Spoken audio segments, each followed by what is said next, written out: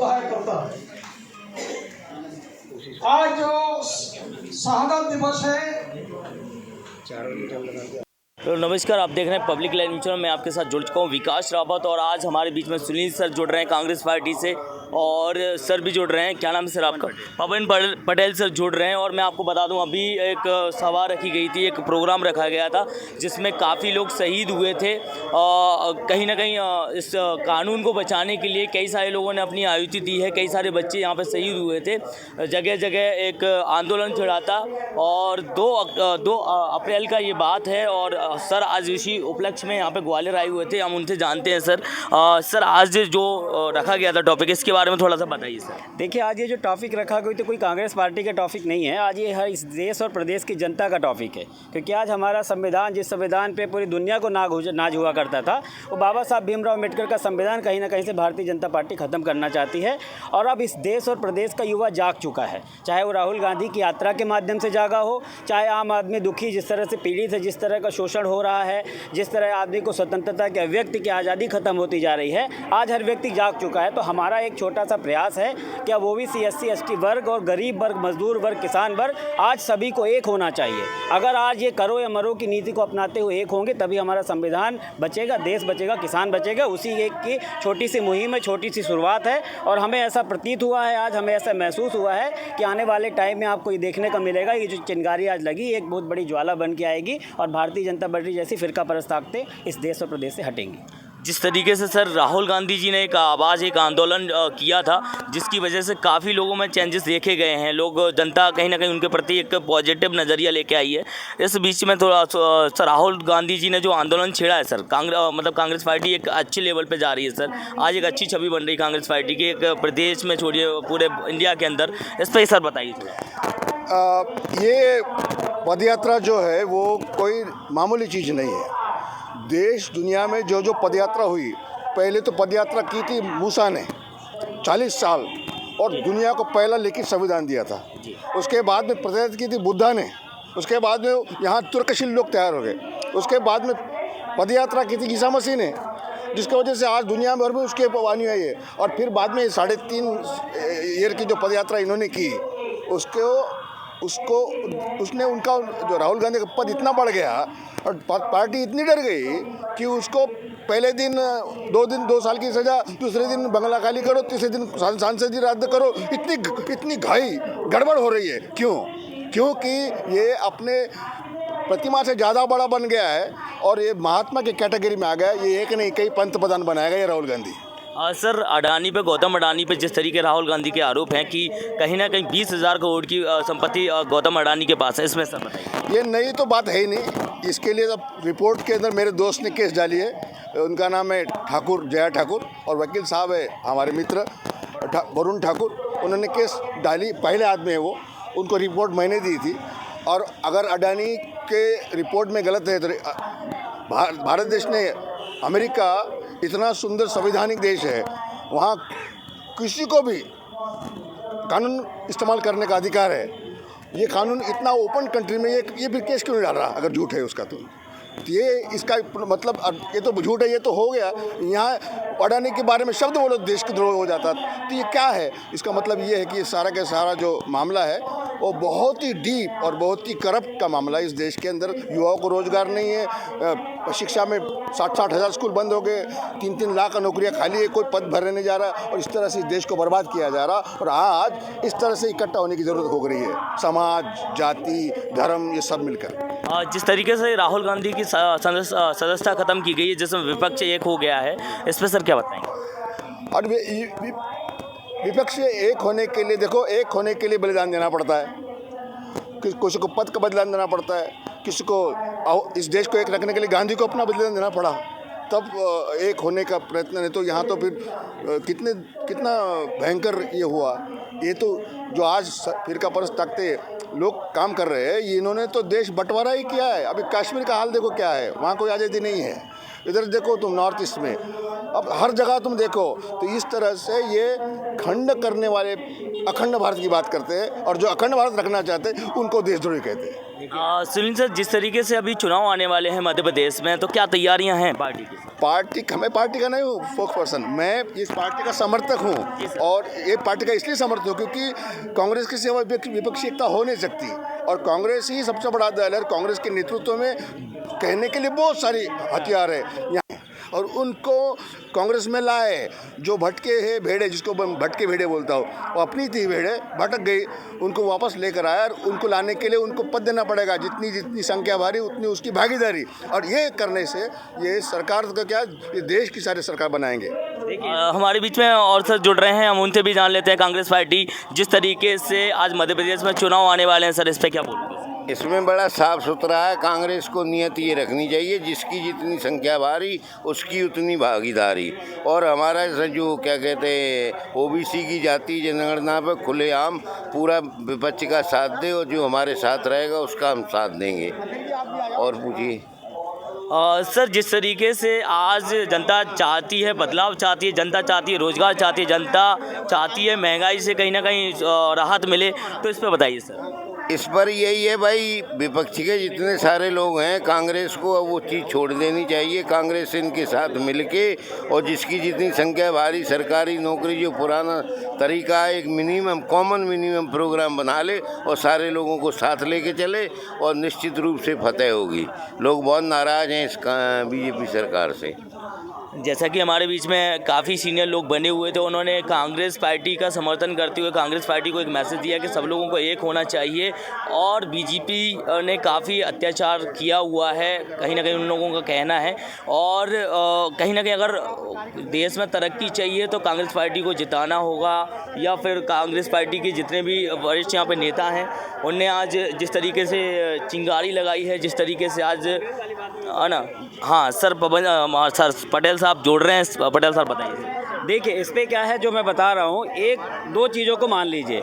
जिस तरह एक गांधी अहिंसा के मार्ग में चलकर इस देश को अंग्रेजों से आज़ाद कराया था, आज फिर से दूसरा गांधी उसी तरह अहिंसा के मार्ग में चलकर भाजपा जैसे अंग्रेजों से दूर भगाएगा। ये एकदम फार्मूला है जिस पे काम कर रहा है, और यही आपको आज देखने मिलेगा। जैसा कि बहुत बड़ी बात सर ने बोली है कि कहीं ना कहीं कांग्रेस पार्टी के द्वारा कहीं ना कहीं राहुल गांधी जो परिवार है, और उन्होंने जो अहिंसा का जो मार्ग अपनाया था, और पैदल यात्रा, हमारे बीच में फिर से जोड़ रहे हैं कांग्रेस पार्टी से केशव सर, जो कि दतिया से हैं, और आज ग्वालियर आए हुए थे। और आज 2 अप्रैल है, 2 अप्रैल के दिन कई सारे युवाओं की जान गई हुई थी संविधान बचाने के लिए, और आज यहाँ पे एक कार्यक्रम रखा गया था। मैं सर से जान लेता हूँ किस तरह का कार्यक्रम रखा गया था। 2018 में केंद्र सरकार द्वारा एट्रोसिटी एक्ट हटाने को लेकर एक आदेश जारी किया था, और वो हरिजन एक्ट SC/ST एक्ट ख़त्म करना चाहते थे, और एक एक करके जैसे आज संविधान को फाड़ रहे हैं, वहीं से उन्होंने संविधान को समाप्त करने का प्रारंभ किया था। तो उसके विरोध में हमारे SC के साथी और OBC के साथी पूरे प्रदेश में एक बड़ा आंदोलन पूरे देश में उन्होंने चलाया था। तो उसी आंदोलन जो ग्वालियर संभाग में चल रहा था, तो मनुवादी लोगों ने 13 लोगों की हत्याएं कर दी थी। हमारे 13 अनुसूचित जाति के साथी शहीद हो गए। 2 अप्रैल के दिन वो हुआ था। तो आज 2 अप्रैल को उन्हीं को याद करने के लिए हम लोगों ने यहाँ कार्यक्रम रखा था, उनको श्रद्धांजलि देने के लिए बलिदान दिवस के रूप में आज हम लोगों ने मनाया था, जिसमें मुख्य अतिथि के रूप में हमारे बड़े बड़े नेता माननीय श्री दामोदर सिंह यादव जी भी थे, हमारे सुनील बोरसे जी भी थे, और कुछ MLAs भी थे। बहुत सारे नेता, दलित और शोषित वंचित वर्ग के लोग यहाँ पर इकट्ठे हुए। केशव सर, मैं जानना चाहूँगा, जनता जिस तरीके से 2023 के इलेक्शन जो आने वाले हैं मध्य प्रदेश के अंदर, जनता के दिमाग में कन्फ्यूजन है सर। जैसे कि बीजेपी पार्टी है, जिस तरीके से तरह तरह की स्कीम लेके, मतलब एक तरह तरह के प्लान लेके वो आ रहे हैं और दिखा रहे हैं कि हमने ये काम करना है, और ये ओपनिंग, ये उद्घाटन, तो इस पर क्या कहेंगे सर? नहीं, मैं तो पूछना चाहता हूँ केंद्र की सरकार से भी, और विशेष करके मध्य प्रदेश की शिवराज सिंह जी से, कि थे कहाँ शिवराज सिंह जी? शिवराज सिंह जी गायब क्यों हो जाते हैं? पहली बात तो ये लूटी हुई सरकार है। 2018 में हमको मैंडेट दिया था, कांग्रेस पार्टी को माननीय कमलनाथ जी के नेतृत्व में मैंडेट दिया गया था। उस मैंडेट को लूट करके हमारे कुछ जो है लालची लोग MLA को लेके ज्योतिरादित्य सिंधिया जी चले गए थे, उसकी वजह से सरकार गिर गई थी। तब से 3 वर्ष तक शिवराज सिंह जी दिखाई नहीं दिए। ना शिवराज सिंह जी को बहनों की याद आई, ना भाइयों की, ना भांजों की। लेकिन जैसे ही इलेक्शन आता है शिवराज सिंह जी नारियल जेब में रख लेते हैं, हर जगह योजनाओं की घोषणा करके जो है नारियल फोड़ देते हैं। और आज जो है योजना है वो इसीलिए लागू करते हैं क्योंकि लोगों को गुमराह करने के अलावा, वोटर को गुमराह करने के अलावा इनका कोई काम नहीं है। इनको समझ में आ चुका है कि जमीन से इनके पैर उखड़ चुके हैं। 23 में माननीय कमलनाथ जी के नेतृत्व आने वाला नहीं है।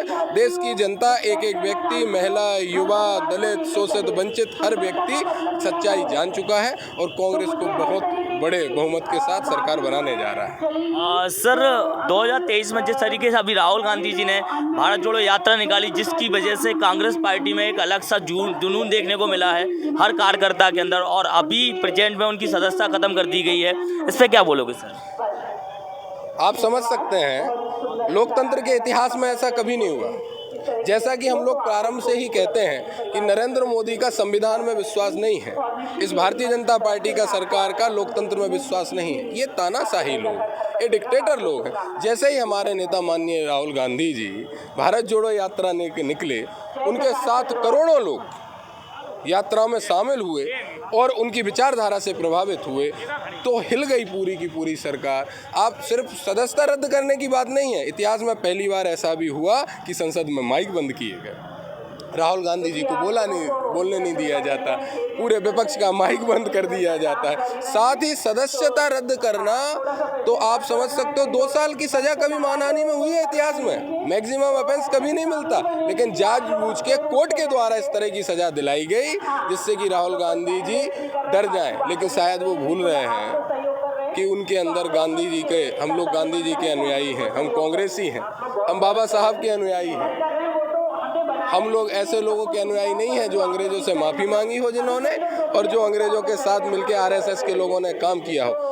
हम लोग कांग्रेसियों के DNA में डर है ही नहीं। और माननीय राहुल गांधी जी की बात करें तो जिनके परिवार से 3 प्रधानमंत्री रहे हों, जिसकी दादी ने, जिसके पिताजी ने देश के लिए शहादत दी हो, वो आदमी ऐसे लोकतंत्र विरोधी और तानाशाहों से डरेगा क्या? ये असंभव बात है। ये बात भी तय है कि 24 में माननीय राहुल गांधी जी के नेतृत्व में देश में पब्लिक ने मूड बना लिया है। माननीय राहुल जी के नेतृत्व में केंद्र की सरकार में बैठेंगे और इसीलिए उसके बौखला के, उस डर के मारे माननीय मोदी जी इस तरह के कृत्य कर रहे हैं और इन कृत्यों से पब्लिक के सामने सब क्लियर हो जा रहा है। राहुल गांधी जी का आरोप है सर, जो अडानी जी हैं, गौतम अडानी जी, उन पे 20,000 करोड़ का आरोप उन्होंने लगाया कि मोदी जी उनके दोस्त हैं और 20,000 करोड़ की प्रॉपर्टी कहीं ना कहीं जो जनता की प्रॉपर्टी है वो अडानी जी के पास पहुंच चुकी है। इस पर सर बताइए। अगर राहुल जी गलत बोल रहे हैं तो मोदी जी इस पर चर्चा क्यों नहीं करा रहे हैं संसद में? अगर राहुल जी गलत बोल रहे हैं तो मोदी जी JPC की गठन क्यों नहीं कर रहे हैं? जब लगातार ये बातें हो रही हैं, हम लोग मांग कर रहे हैं, हमारी कांग्रेस पार्टी का एक नेता मांग कर रहा है, हमारे राष्ट्रीय अध्यक्ष जी मांग कर रहे हैं कि JPC का गठन करा। अडानी जी का जो चार्टर्ड में उड़ते हैं ना, जो अपन ने देखा है चिल करते हुए, उनकी फोटो राहुल जी ने वायरल की थी, उसी में बैठ के विदेश जाएंगे और उनकी प्लानिंग भी ये है कि देश को लूटो, देश को खोखला करो, धर्म के नाम पर बांटो, जनता को झूठ बोलकर बरगला के वोट लो और राज्य करो। जब तक राज्य करो तब तक राज्य करो, और जैसे ही राज्य समाप्त होने की ओर आए तब तक अपना इतना पैसा किसी उद्योगपति मित्र के साथ लगा के विदेश में जमा करा दो कि अपने आबाद में ऐसे उनकी ज़िंदगी निकल जाए। यही देखने को मिलेगा। और अगर राहुल जी गलत हैं तो JPC का गठन करे, दूध का दूध पानी का पानी हो जाएगा। सर जिस तरीके से अभी चीज़ें सामने आ रही हैं, शिवराज सरकार की बात करूं, जिस तरीके से पहले शिवराज सरकार ने मध्य प्रदेश के अंदर दारू के ठेके बढ़ाए गए, अभी चुनाव आते ही उन्होंने आयतें बंद कर दी हैं, कुछ ठेके की परमिशन ऐसा बताया जा रहा है कि लाइसेंस रद्द कर दिए जाएंगे, कुछ लोग पीते हुए पाए गए, तो इस तरह की रणनीति उन्होंने बनाई है। क्या ये पॉसिबल है सर? देखिए, शिवराज सिंह जी जो बोलते हैं उसका 5% भी कभी पूरा नहीं होता। ये भारतीय जनता पार्टी की सरकार ही है जिसमें माफिया हावी हैं। अगर माफिया हावी हैं और नंबर 2 में शराब बिक रही थी, लोग, हजारों लोग शराब पी के मर रहे थे, सैकड़ों लोग, परिवार के परिवार लाखों बर्बाद हो रहे थे, तो किसकी सरकार में हो रहे थे? अभी भी तो आपकी ही सरकार थी। 2023 लगने से पहले भी तो आपकी सरकार थी, 1 अप्रैल 2023 से भी तो आपकी सरकार थी, तब तक परिवार बर्बाद हो रहे थे। कुछ नहीं, ये सिर्फ चुनावी एजेंडा है। इन्हें चुनाव जीतने के लिए नाटक नौटंकियाँ करना है और वही नाटक नौटंकियाँ कर रहे हैं। इनका एक एक नेता खनिज में और शराब में और भूमाफिया है, इतना लिप्त है कि इनके नेता ही ये कानून आप देखोगे 5-7 दिन के अंदर ही टूटते हुए आपको ही नजर आएंगे और आप लोग ही अपने चैनलों पे इसको दिखाओगे। शिवराज सिंह जी स्वयं शराब के कमीशन के बिना, बजरी बालू के कमीशन के बिना नहीं रह सकते। ये हमारा आप जानते हैं डंपर घोटाला कितना बड़ा घोटाला था। कमीशन की उनको इतनी बड़ी आदत है शिवराज सिंह जी को कि व्यापम जैसी सबसे बड़ी परीक्षा में बड़ा घोटाला करके हजारों लाखों हमारे छात्रों का, युवाओं का भविष्य बर्बाद किया। ये सिर्फ नौटंकी है, कुछ नहीं होगा। अगर करना ही चाहते तो शराब माफ़ी की घोषणा करें, हम स्वागत करेंगे, उसका मान लेंगे, पर वो करने की हिम्मत नहीं है क्योंकि हजारों करोड़ का कमीशन उसका उनके पास जाता है। जैसा कि हमारे बीच में बने हुए थे केशव सर, जो कि कांग्रेस के एक युवा नेता हैं और आज कहीं ना कहीं जनता के प्रति जनता अच्छा उनके लिए आज जुड़ रही है, जनता उनसे जुड़ रही है और कहीं ना कहीं पहले भी जनता के बीच में कई सारे वो काम कर चुके हैं जनता के हित में और आज बिना पद